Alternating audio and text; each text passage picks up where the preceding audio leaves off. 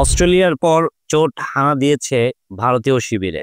ভারতীয় দলের সেরা পেস বোলার তথা সারা বিশ্বের এই মুহূর্তে পেস অ্যাটাকের 1 নম্বর বোলার জসপ্রীত বুমরা ইনজুরিতে পড়েছে। তার খেলা নিয়ে অনিশ্চয়তা শুরু হয়েছে। চ্যাম্পিয়ন্স ট্রফিতে জসপ্রীত বুমরা যদি খেলতে না পারেন, সেক্ষেত্রে অনেক বিশেষজ্ঞই মনে করছে ভারতের এই টুর্নামেন্টে শিরোপা জেতার সম্ভাবনা অন্তত শতকরা 30 থেকে 35% কমে যাবে। আপনারা জানেন, জসপ্রীত বুমরা ওপেনিং স্পেল হোক আর ডেথ ওভারে হোক, তার বোলিং এ রয়েছে একটা বিশেষ রকমের ভূমিকা। তিনি একাধারে যেমন ব্যাটারদেরকে বাধ্য করেন বল খেলতে, ফলাফল হিসেবে তিনি উইকেট আদায় করে নেন, আবার পাশাপাশি যখন ব্যাটাররা ডিফেন্সিভ মুডে খেলেন, তখন তিনি অন্তত রানের গতিকে টেনে ধরেন। এই ধরনের একজন বোলারকে ছাড়া ভারত দলের মনোবল কিছুটা হলেও যে ভেঙে যাবে, এটা আর বলার বাকি রাখে না। অস্ট্রেলিয়া এবং ভারত এই টুর্নামেন্টে অন্যতম ফেভারিট। অস্ট্রেলিয়া দলে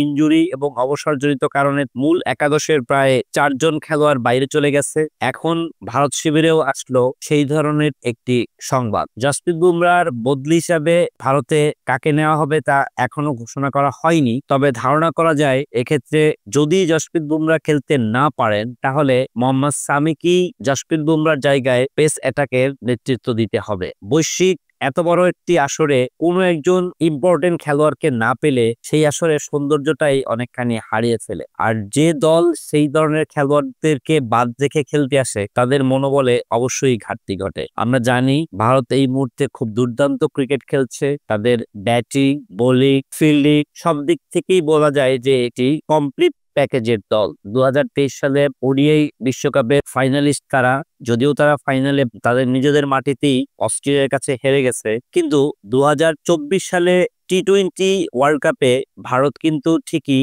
শিরোপা জয় করেছিল শ্বাসরুদ্ধকর ফাইনালে সাউথ আফ্রিকাকে হারিয়ে। ঠিক এই বছরই আসলো আরেকটি বড় আসর, চ্যাম্পিয়ন্স ট্রফি। 24-এর টি-20 বিশ্বকাপ এবং 23-এর ওডিআই বিশ্বকাপ, দুটো টুর্নামেন্টই ইম্প্যাক্ট বোলারের তালিকায় 1 নম্বরে ছিল জসপ্রীত বুমরা। এখন তাকে ছাড়া ভারতীয় দল কেমন পারফরমেন্স করে, তাদের পেসাররা প্রতিপক্ষের ব্যাটারদেরকে কতটা ভয় ধরিয়ে দিতে পারেন, সেটা তো শুধু সময় বলতে পারে।